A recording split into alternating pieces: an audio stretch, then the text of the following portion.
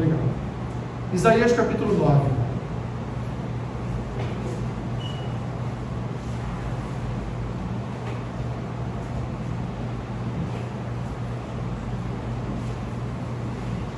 Bem, se tinha uma pregação, nós até foi, né? Poderíamos até encerrar o culto, na verdade. Isaías capítulo 9, versículos 1 ao 7.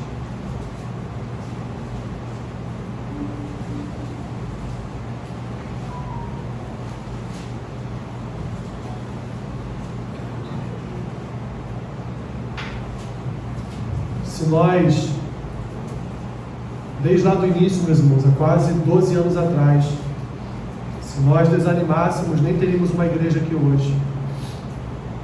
Quantas foram as reuniões que nós fizemos com uma pessoa, 2 pessoas, 5 pessoas? Ou reuniões que a gente abria o salão da irmã Rose e não via ninguém. Ficava só eu lá, eu, pastor Gilson, o Jorge Eduardo. Ficávamos lá, Fabinho, filho da nossa irmã Ara, e ali então orávamos e íamos embora. Quantas vezes? Não é?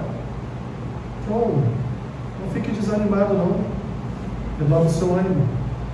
Deus, Ele é Senhor de todas as coisas. O nascimento e o reino do príncipe da paz. Mas para a terra que estava aflita, não continuará a obscuridade. Deus, nos primeiros tempos, tornou desprezível a terra de Zebulon e a terra de Naftali. Mas nos últimos tornará glorioso o caminho do mar, além do Jordão, Galiléia dos gentios. O povo que andava em trevas viu grande luz, e aos que viviam na região da sombra da morte, resplandeceu-lhes a luz. Tens multiplicado este povo, a alegria lhe aumentaste. Alegram-se eles diante de ti, como se alegram na ceifa, e como exultam quando repartem os despojos. Porque tu quebraste o jugo que pesava sobre eles, a vara que lhes feria os ombros, e o cetro do seu opressor, como no dia dos midianitas. Porque toda bota com que anda o guerreiro no tumulto da batalha, e toda veste revolvida em sangue, serão queimadas, servirão de pasto ao fogo. Porque um menino nos nasceu, um filho se nos deu. O governo está sobre os seus ombros, e o seu nome será Maravilhoso Conselheiro, Deus Forte, Pai da Eternidade, Príncipe da Paz, para que se aumente o seu governo, e venha a paz sem fim sobre o trono de Davi, e sobre o seu reino, para o estabelecer e o firmar, mediante o juízo e a justiça, desde agora e para sempre. O zelo do Senhor dos Exércitos fará isto. Glórias a Deus. Abençoa-nos, Senhor, com esta porção da Tua Palavra nesta manhã. Em nome de Jesus. Amém. Podem sentar, meus irmãos. Queridos, o profeta Isaías, apesar de ser um profeta messiânico, talvez o maior chamado de Isaías tenha sido justamente um chamado para uma projeção ou uma profecia messiânica. Isaías também é o profeta do julgamento sobre Israel, sobre o povo de Deus. Apesar de aqui termos um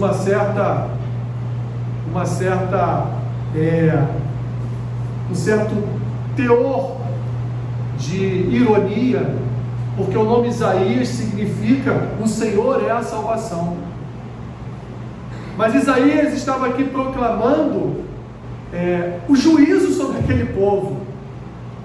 Mas como havia dito, nós temos aqui um profeta que ao mesmo tempo que ele proclama um juízo, ao mesmo tempo que ele proclama um julgamento, ele também proclama a salvação.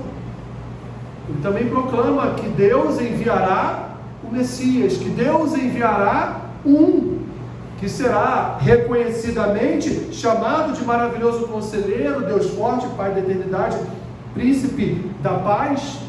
E como ele continua aqui, que todo toda a terra estará sob seu julgamento, toda a terra estará entregue em suas mãos, todo o poder terreno estará em suas mãos. Então nós olhamos para o profeta Isaías com temor, tremor, mas também com esperança. Olhamos para o profeta Isaías como um profeta que está trazendo ali o martelo da justiça de Deus sobre aquele povo, mas ao mesmo tempo também está trazendo a manifesta glória de um Deus que salva, de um Deus que disciplina o seu povo, de um Deus que quer disciplinar o seu povo, mas de um Deus que disciplina, mas ao mesmo tempo cuida, sara, transforma, ainda que seja necessário que ele entregue o seu próprio filho para morrer a morte que aquele povo era merecedor. Isaías, meus irmãos, viveu em um período de transição entre a prosperidade de Judá, o reino do sul, e Israel, o reino do norte. Havia nessas duas nações, que na verdade era uma só, mas por conta do filho de Salomão vieram a se dividir. Essa nação, meus irmãos, dividida entre Judá, sul, e Israel, norte, vivia tempos ali de prosperidade, mas tempos esses que sofreram grandes tormentas, quando a Síria tomou o reino do norte e depois a Babilônia tomou o reino do sul. E por que isso aconteceu, meus irmãos? Porque esse povo profanava o nome de Deus. Um exemplo que está registrado no profeta Ezequiel, quando Deus leva o profeta Ezequiel em visão até dentro do templo construído por Salomão, e a visão que Ezequiel tem é uma visão de deuses desenhados nas paredes, deuses pagãos desenhados nas paredes do templo de Salomão, construído por Salomão, incensos sendo ali acesos ali para deuses do paganismo. Ou seja, Israel, o povo de Deus, estava completamente perdido na sua idolatria, profanando o nome de Deus, colocando o nome do Senhor abaixo de ídolos, abaixo dos deuses do paganismo. Então o retrato no qual Deus convida, no qual Deus chama Isaías para profetizar o julgamento e profetizar também a salvação futura do povo de Deus, era um cenário de completa idolatria, a apostasia. O povo não conhecia o seu Deus, o povo não conhecia o seu Senhor, o povo não queria saber da palavra do Senhor, o povo abdicou de servir a Deus, adorando deuses e profanando o nome do Senhor em toda a terra. Voltando um pouco aí, meus irmãos, o texto de Isaías capítulo 1.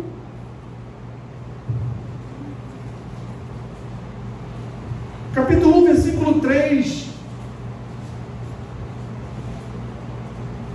Já começa com Deus dizendo assim para Isaías: o boi conhece o seu possuidor e o jumento a sua manjedoura, mas Israel não tem conhecimento, o povo não entende, o povo não me conhece, o povo não quer me conhecer. Então agora, meus irmãos, Isaías está portando a palavra da escuridão, porque Isaías agora está portando uma palavra de juízo, de julgamento, uma palavra em que ele está anunciando um tempo de escuridão sobre Israel, um tempo de obscuridade, um tempo em que ele proclama as trevas caindo sobre a nação, mas ao mesmo tempo, meus irmãos, ele proclama também que um dia a luz chegará e dissipará todas as trevas.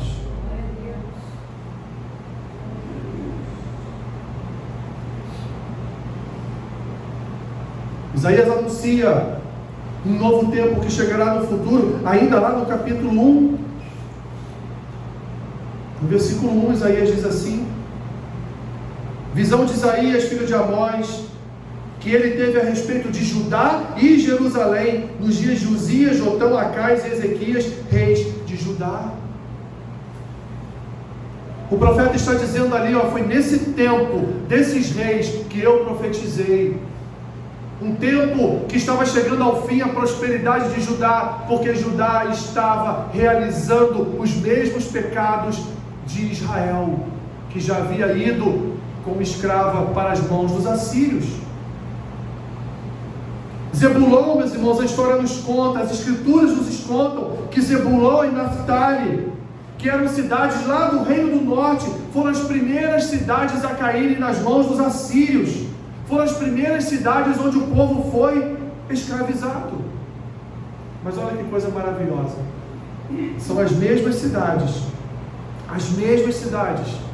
que já aqui no versículo 1 do capítulo 9, Isaías vai dizer que futuramente essas duas cidades seriam grandes cidades de uma região chamada Galileia, a Galileia dos gentios, e onde Jesus iniciaria os seus primeiros passos na pregação da palavra de Deus, na pregação do reino de Deus.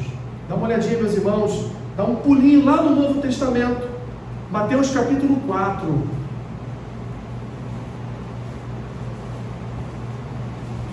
Marque em Isaías, Mateus capítulo 4, versículo 12.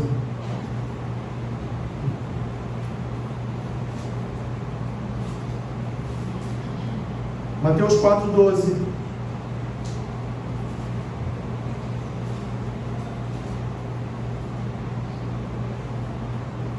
Ouvindo, porém, Jesus que João fora preso, retirou-se para a e deixando Nazaré, foi morar em Cafarnaum, situada à beira-mar, nos confins de quê? Olha as duas cidades aí, que foram conquistadas pelos assírios, escravizadas pelos assírios no Reino do Norte, e agora Jesus dá os seus primeiros passos aonde?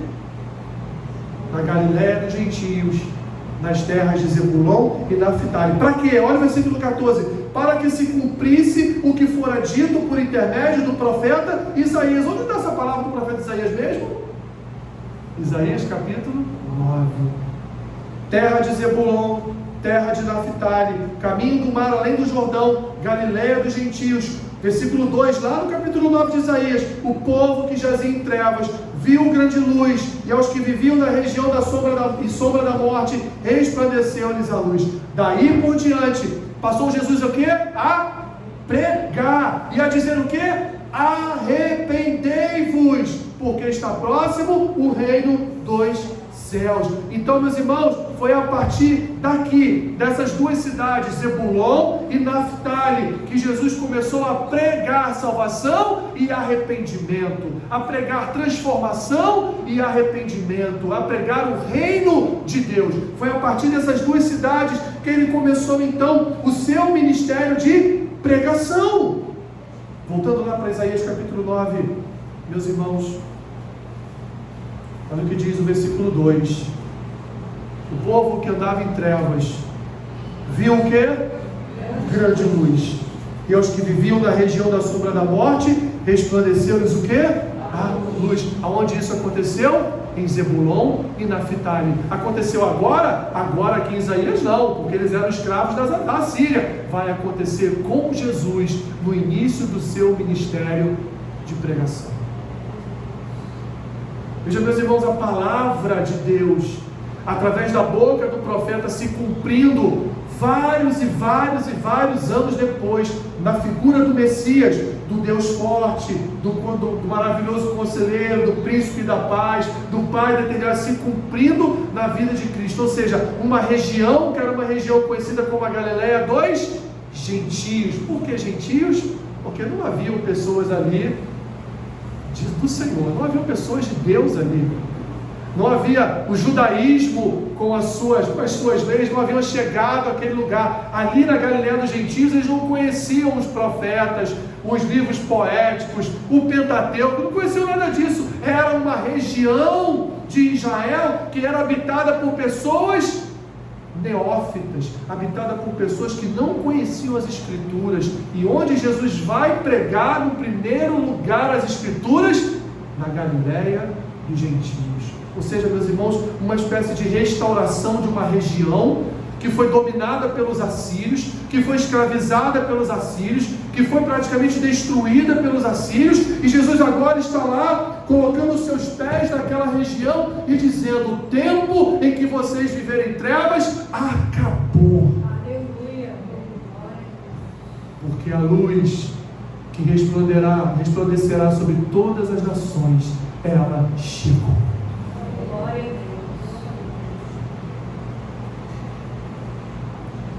Jesus é a salvação, meus irmãos. Da parte dele seria uma luz para os gentios, ou seja, esse povo que vivia em trevas, esse povo que vivia sem a presença da luz, agora estão recebendo a visitação do Pai das luzes, estão recebendo a visitação de uma possível transformação e uma operação milagrosa nos seus corações, regenerando suas vidas, mudando a sua sorte, mudando toda a sua vida, para que agora eles pudessem não mais andar em trevas, mas andar na luz. E essa luz, meus irmãos, ela seria tão maravilhosa, que não seria uma luz restrita a uma pequena comunidade de fé. Não, Isaías vai dizer aqui no versículo 3: tens multiplicado este povo, a alegria lhe aumentaste, alegram-se eles diante de ti, como se alegram na ceifa e como exultam quando repartem os despojos. A Galileia dos gentios, lá de Mateus capítulo 4, ela seria toda alcançada pela pregação de Cristo, ela seria toda alcançada pela ministração do Evangelho, ela seria toda alcançada pela luz que desceu dos céus.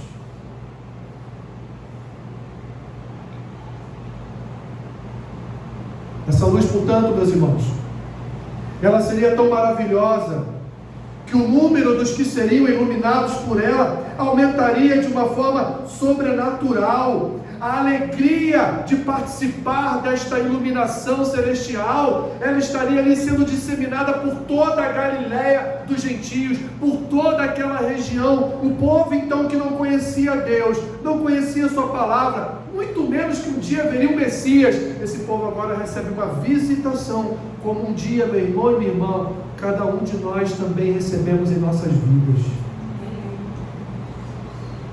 Porque nós habitávamos na região da Galileia dos gentios, nós habitávamos na região da sombra do vale da morte, nós habitávamos na região do império das trevas, nós habitávamos, meu irmão e minha irmã, nas regiões obscuras, mas a luz chegou.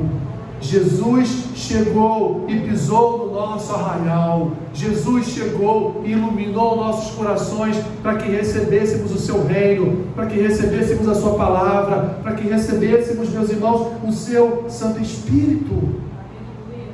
Todo mundo, meus irmãos, andava em trevas até ser iluminado pela chegada daquele que dissipa todas as trevas. Percebam, meus irmãos, assim como foi no primeiro ato de Deus de trazer a luz ao mundo, Jesus também, como no primeiro ato, ele ilumina o pecador, para que o pecador não ande mais em trevas, mas para que ele ande debaixo da sua maravilhosa luz, ou podemos dizer, da sua maravilhosa graça. Ou seja, meus irmãos, um povo que andava dominado pelos seus inimigos, e que ele vai trazer aqui um exemplo para nós, como está no versículo 4: porque tu quebraste o jugo que pesava sobre eles, a vara que lhes feria os ombros e o cetro do seu opressor, como nos dias dos midianitas. Lembra da história dos midianitas? Lembra quem livrou a Israel dos midianitas? Tempos, meus irmãos, em que por causa dos seus pecados, o povo vivia sempre dominado pelos seus inimigos, mas Deus levantou Gideão, e Gideão, com as tochas de fogo, iluminando o arraial lá dos midianitas, confundiu os midianitas, e os midianitas foram derrotados. Assim também, meus irmãos, Jesus chegou em nossas vidas, como Gideão chegou diante dos seus adversários, e ele confundiu os nossos inimigos, confundiu os nossos adversários, e trouxe a nós, meus irmãos, salvação, trouxe a nós vida eterna, trouxe a nós comunhão com os santos, trouxe a nós novidade de vida, meus irmãos, trouxe a nós, portanto, salvação. Ele trouxe a paz, para que através dela, meus irmãos, não fôssemos mais oprimidos pelos nossos adversários, porque como continua Isaías a dizer aqui no versículo 15, toda bota com que anda o guerreiro no tumulto da batalha e toda veste revolvida em sangue serão queimadas, servirão apenas de pastos, ou seja, meus irmãos, serão queimadas sob a luz de Cristo. Todo o mal, todos os inimigos, tudo aquilo, meus irmãos, que roubava a vida de Deus em nós, tudo isso foi pisado pela bota no tumulto da batalha, tudo isso foi queimado, meu irmão e minha irmã. As vestes que antes vestíamos foram queimadas pelo fogo consumador da luz do nosso Senhor. Todas as trevas que habitavam em nós, todo o pecado que habitava em nós, Deus, meus irmãos, retirou essas vestes sujas, rotas, enlameadas e nos deu vestes novas, segundo a sua luz, segundo a sua graça, segundo o seu poder que opera em cada um de nós. Estas implicações, queridos irmãos e irmãs, implicações históricas e proféticas, atingiram toda a humanidade, de tal forma que toda a humanidade mudou quando ele nasceu. Mudou quando o Filho de Deus nos foi dado. Mudou quando ele chegou na terra. Mesmo, meus irmãos, que de uma forma tão humilde, mesmo, meus irmãos, nascendo numa manjedoura, num lugar de animais, ainda assim, o Rei do Universo nos foi entregue para que nós participássemos da sua luz, porque antes, meus irmãos, nós andávamos desgarrados, perdidos, andávamos nas regiões da sombra da morte, em trevas, até que a grande luz brilhou sobre nós, resplandeceu sobre nós e nos trouxe a alegria da salvação. Desculpe, louvado seja o Senhor, meus irmãos. Nós de fato vivíamos nas regiões da sombra da morte, estávamos perdidos, éramos inalcançáveis pelos nossos próprios esforços, nunca jamais mereceríamos tamanha salvação, nunca jamais, meus irmãos, poderíamos nós mesmos nos arrancarmos do império das trevas, nunca nós mesmos poderíamos nos tirarmos dali do vale da sombra da morte, nunca, meus irmãos, nós mesmos poderíamos nos recuperar prontamente com as nossas próprias forças ou com os nossos próprios remédios próprios, individuais, caseiros, enfim, não poderíamos nos recuperar daquilo que habitava em nós e que nos escravizava todos os dias, que eram os nossos pecados. Mas a luz de Cristo, meus irmãos, ela foi o remédio para as nossas almas atribuladas e perdidas em meio à escuridão. Queridos, todas essas projeções de Isaías vão atingir o seu ápice quando ele então, a partir do versículo 6, ele anuncia, porque até esse momento ele está dizendo, olha, Zebulon e Naftali vão receber uma visitação especial. A região da Galileia dos gentios vai receber um iluminar incomparável. Eles serão presenteados com uma luz que resplandecerá, multiplicará esse povo, atingirá toda aquela região. Eles serão abençoados, serão alegres, serão diferentes, serão separados. Até esse momento, Isaías estava dando esta revelação, ou fazendo esta profecia, mas ele não estava dizendo de onde partiria isso. Ele estava apenas dizendo, olha, a estas regiões que hoje sofrem nas mãos dos assírios, no futuro, não sei quanto tempo se dará esse futuro, mas no futuro elas receberão uma visitação tal, que a tristeza reverterá numa alegria, que as trevas reverterão numa luz, e que eles não serão mais esse povo escravizado por outros povos. Os inimigos, assim como foram no tempo dos midianitas com Gideão, serão vencidos por essa luz, serão vencidos pelo guerreiro que calça bota no meio da guerra, serão vencidos pelo guerreiro que tira as roupas sujas, que tira a roupa da batalha ali cheia de sangue, suja de sangue, para nos dar vestes novas, para nos dar uma nova roupa, uma nova roupagem, ou seja, o sangue do nosso Senhor nos purificando, nos lavando. Então, a partir do versículo 6, meus irmãos, é que Isaías vai dizer para aquele povo que está ali, temeroso, começando ali o início, passando por um início de uma perseguição através da Babilônia. Isaías então vai dizer: olha, um menino vai nascer. Mas esse menino não é qualquer menino. Esse menino é diferente. E Deus vai usar esse menino.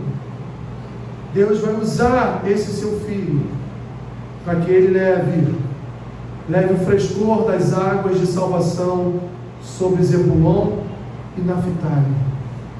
Um menino nasceria, meus irmãos. Um reino novo se daria. Deus pisaria na terra com seus próprios pés, tornar-se-ia um homem, para através da sua vida, ele então anunciar as boas novas da salvação, que é o que Isaías antecipadamente faz no versículo 6, porque um menino nos nasceu, um filho se nos deu, e o governo está sobre os seus ombros. O seu nome não será qualquer nome. Ele não se chamará Alessandro. Ele não se chamará, Isabela. Não se chamará Miquéias. Não se chamará Gustavo. Não se chamará Lucas. Ele se chamará Maravilhoso Conselheiro, Deus Forte, Pai da Eternidade, Príncipe da Paz. Nomes esses, minhas irmãs e meus irmãos, que não poderiam ser atribuídos a uma natureza humana, não poderiam ser atribuídos a um homem comum, não poderiam ser atribuídos a qualquer pessoa. Você já ouviu alguém se chamar Maravilhoso Conselheiro? Está lá na certidão de nascimento de alguém, Príncipe da Paz? Maravilhoso Conselheiro? Deus Forte, Pai da Eternidade? Não. Alguns colocam até nos seus filhos o nome de Jesus, né? Não tem muitas restrições quanto a isso, mas enfim, mas eles colocam Joshua, Jesus, né? Ou nomes bíblicos, mas você não vai ver ninguém se chamar de Maravilhoso Conselheiro, Pai da Eternidade, Príncipe da Paz, Deus Forte. Vemos aqui então, meus irmãos, que Isaías começa a abrir o rolo da sua profecia e deixar mais claro o que ele quer dizer. E ele aqui, meus irmãos, quando ele atribui a esta criança não só esses nomes, mas também atribui a esta criança o governo de toda a terra. Ele está dizendo: meus irmãos, não é qualquer homem que nascerá. O seu caráter é tão completo, ele é a plenitude de todas as coisas, que o nome dele não será comum. O nome dele não será um nome próprio de qualquer homem. O nome dele será, repito, Maravilhoso Conselheiro, Deus Forte, Pai da Eternidade, Príncipe da Paz. Para que todos olhem para ele e vejam nele não um homem natural, como os arianos séculos depois da morte de Cristo iriam atribuir a Cristo apenas a sua natureza humana. Como veríamos ao longo da história da igreja, teologias heréticas sendo formadas a respeito da divindade e da humanidade de Cristo. Não! Você verá, estará diante dos seus olhos aquele que criou todas as coisas.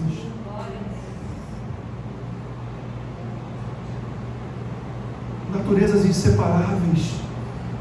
É homem, ele vai chorar, ele vai suar no calor, ele vai sentir frio, ele vai sentir sede, ele vai sentir fome, ele vai sentir dor, ele vai sentir angústia no seu coração, ele vai sofrer, ele vai se alegrar, ele vai se entristecer, ele vai regozijar-se, ele vai sentir todas as coisas que um homem sente, mas ele não é como um homem comum, Ele é Deus encarnado, pisando na terra com seus próprios pés, para salvar, sim, o homem comum, o homem natural, dos seus próprios pecados, como diz Mateus capítulo 1.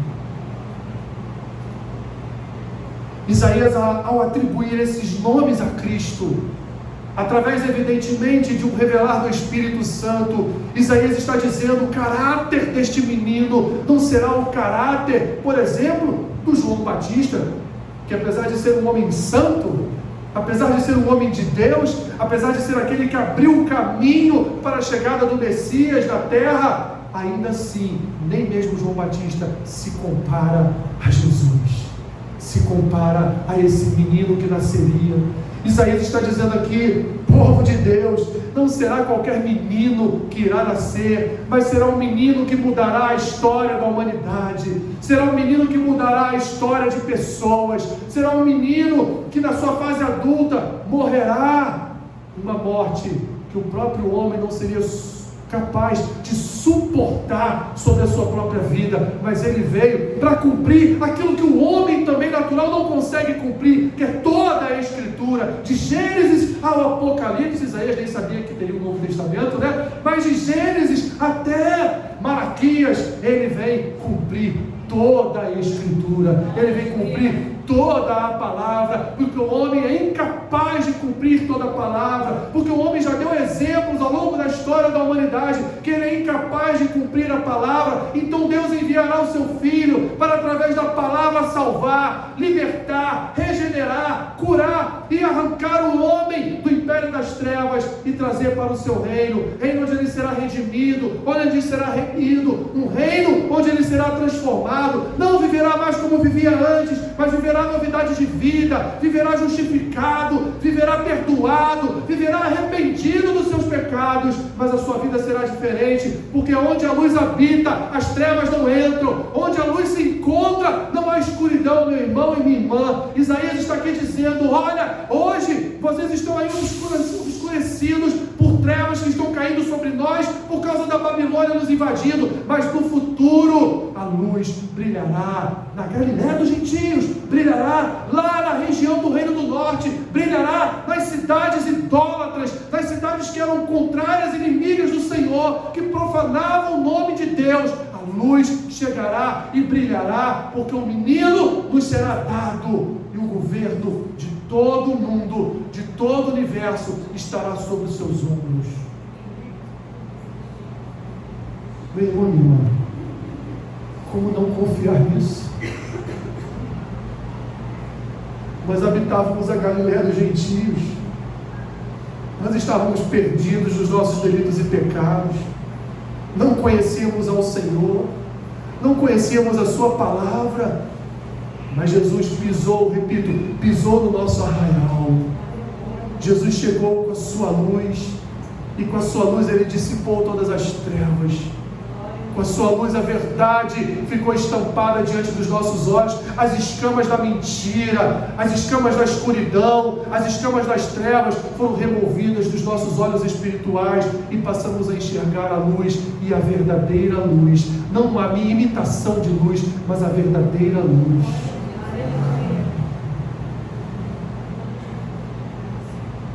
Ele, meus irmãos, que não será só chamado por esses nomes, mas quando nós vamos lá para o Evangelho de João, João vai dizer: ele é o Verbo encarnado, a própria palavra. E por ser o Verbo, é lógico que, olhando para Isaías, ele seria um maravilhoso conselheiro, porque Jesus é a própria palavra.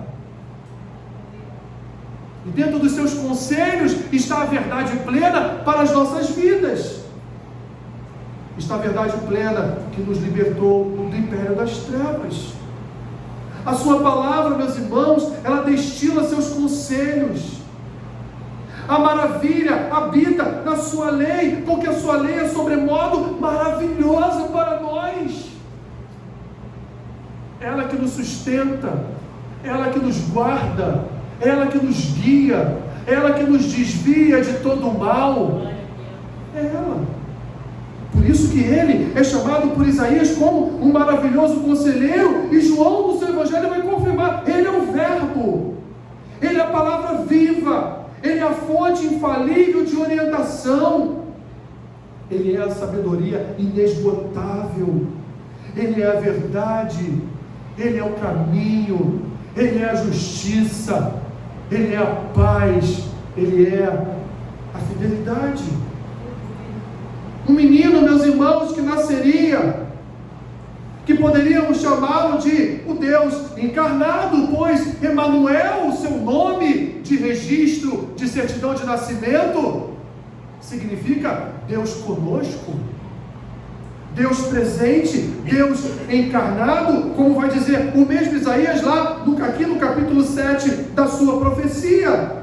O menino então, meus irmãos, estaria conosco, o Todo-Poderoso desceria do seu trono, o guerreiro divino que triunfou sobre o pecado e a morte, o Deus que Isaías chama de Deus forte. Forte por quê? Só porque Ele criou todas as coisas? Só porque Ele tem todos os governos sobre os seus ombros? Não. Forte porque até na sua humanidade Ele suportou toda a dor da cruz. Uma dor que nenhum de nós suportaríamos. Uma dor para nós inimaginável, insuportável. Mas Ele é também, meus irmãos, o Pai da eternidade.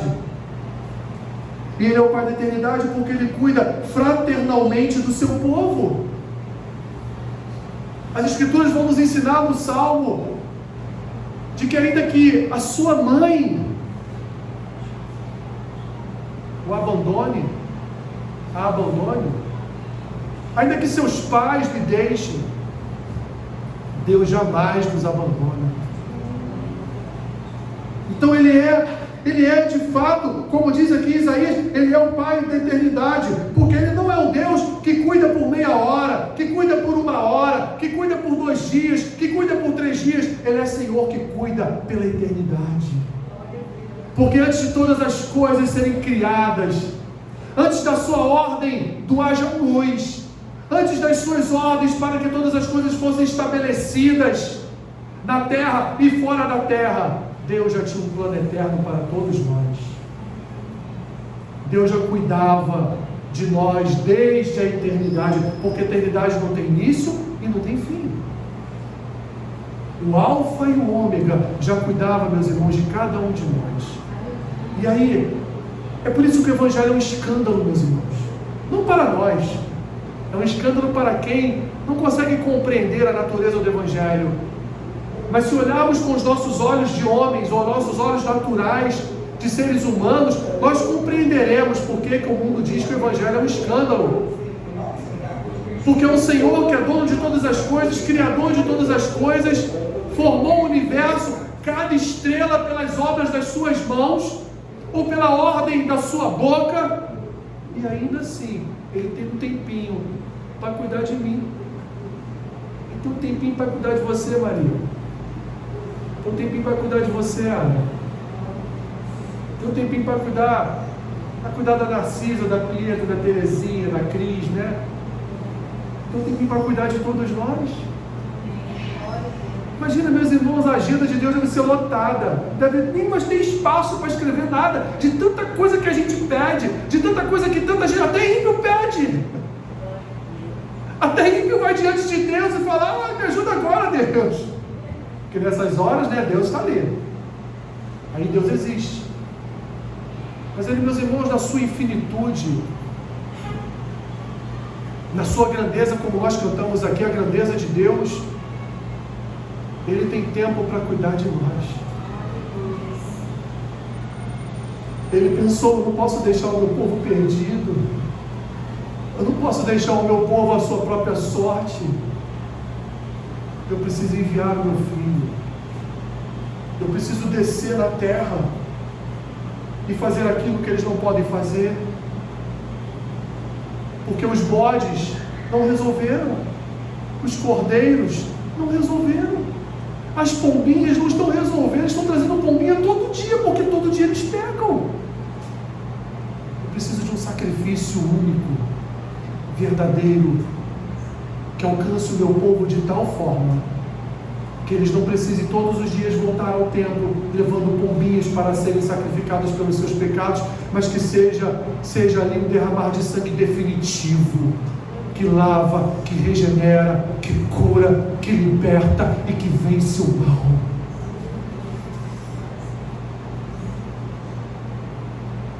Ele é o Pai da eternidade. Cuida fraternalmente do seu povo. Quem o vê, vê o Pai. Porque Jesus sempre disse: eu estou aqui e eu sou o próprio Pai. Eu represento o Pai. Eu não faço nada que o Pai não queira.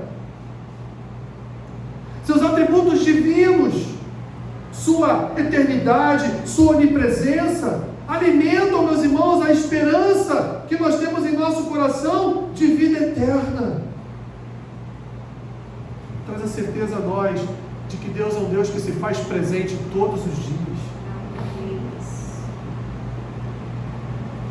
O seu reino, portanto, meus irmãos, para concluirmos, o seu reino, portanto, segundo Isaías, seria caracterizado por um reino de paz, saúde, bem-estar, prosperidade, felicidade, ausência de inimizade. Porque o príncipe da paz, ele trouxe o conserto entre o povo e Deus, entre o povo de Deus e o seu Deus. Quero terminar, meus irmãos, com algumas implicações dessa palavra de Isaías. Nós temos aqui algumas implicações. A primeira implicação a respeito do nascimento de Cristo é que ele também nasceria, meus irmãos, para nos transportar das trevas para a luz. Porque Isaías vai anunciar que a luz chegará a Galiléia dos gentios.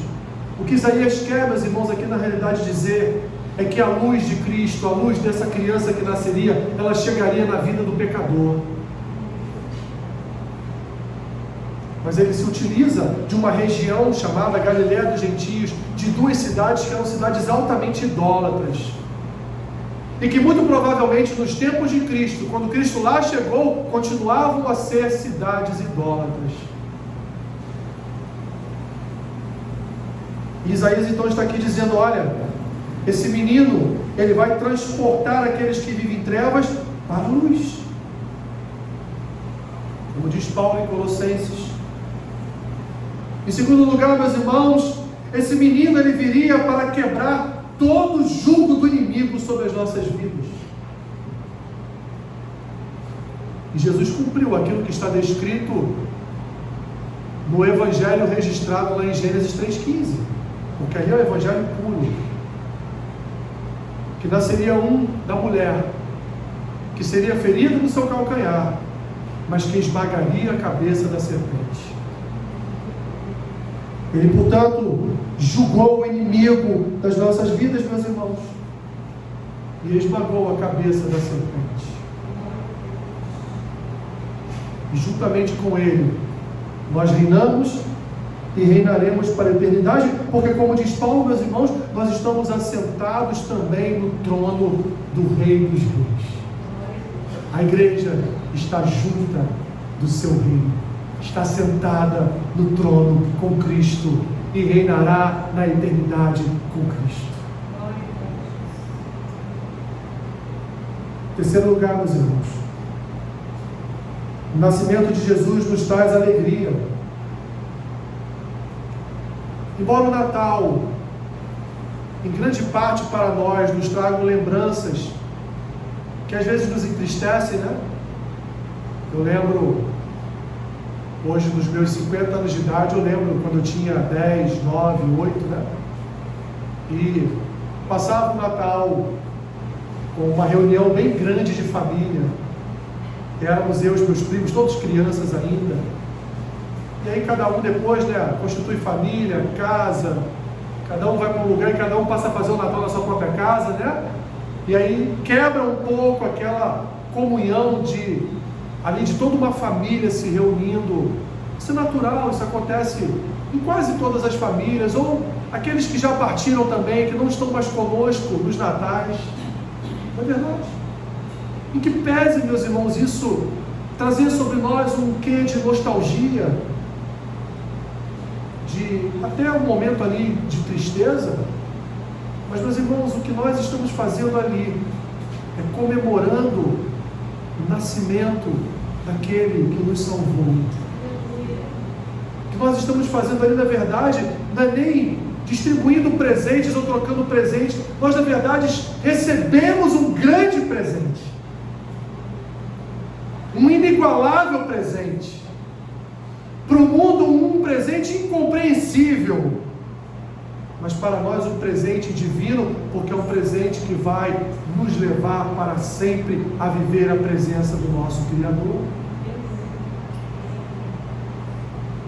Então, um dia, meus irmãos, em que nós nos alegramos, em que nós estamos em paz, porque sabemos que o Senhor nasceu por nossa causa, porque sabemos que o Senhor nasceu para nos salvar, que o Senhor nasceu para nos resgatar, para nos transformar, para nos regenerar, para nos dar vida e, por fim, meus irmãos, para nos trazer a eternidade. Isaías fala que, ele termina no versículo 7, para que se aumente o seu governo e venha a paz sem fim. Que paz sem fim é essa? A paz que o mundo nos dá? Não, a paz sem fim é a paz da eternidade.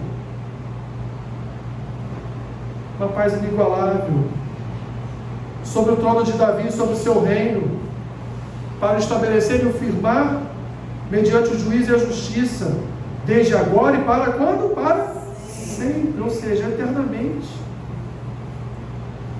E o zelo do Senhor dos Exércitos fará isso. O cuidado de Deus fará isso. O cuidado de Deus fez isso, meus irmãos, com cada um de nós. Que o Senhor nos ajude a entendermos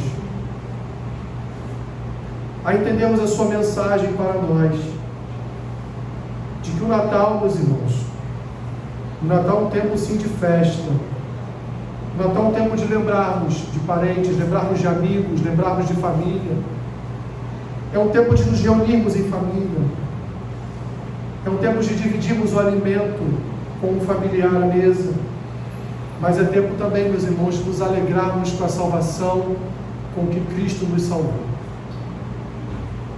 É um tempo de nos alegrarmos com tudo que Ele fez em nós e faz através de nós. Louvado seja o Senhor por isso, por ter nos salvado. Obrigado, Senhor.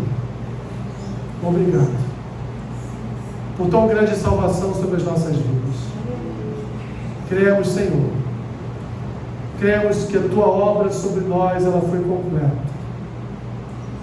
Do nascimento, a vida, a morte e a ressurreição do Teu Filho, alcançou nossa vida de tal forma que nos libertou de todo o mal e hoje nos conduz dia a dia a uma vida eterna em paz com Deus. Obrigado, Senhor, por enviar o Seu Filho. Obrigado pelo nascer do Salvador. E estaremos sim, Senhor, alegres, comemorando esse nascimento, essa dádiva que nos foi entregue, e não nos foi entregue momentaneamente, mas nos foi entregue para sempre, porque o Teu zelo, Senhor, o Teu zelo é para sempre. Obrigado, Pai, em nome de Jesus, em nome de Jesus, amém, amém. Meus irmãos,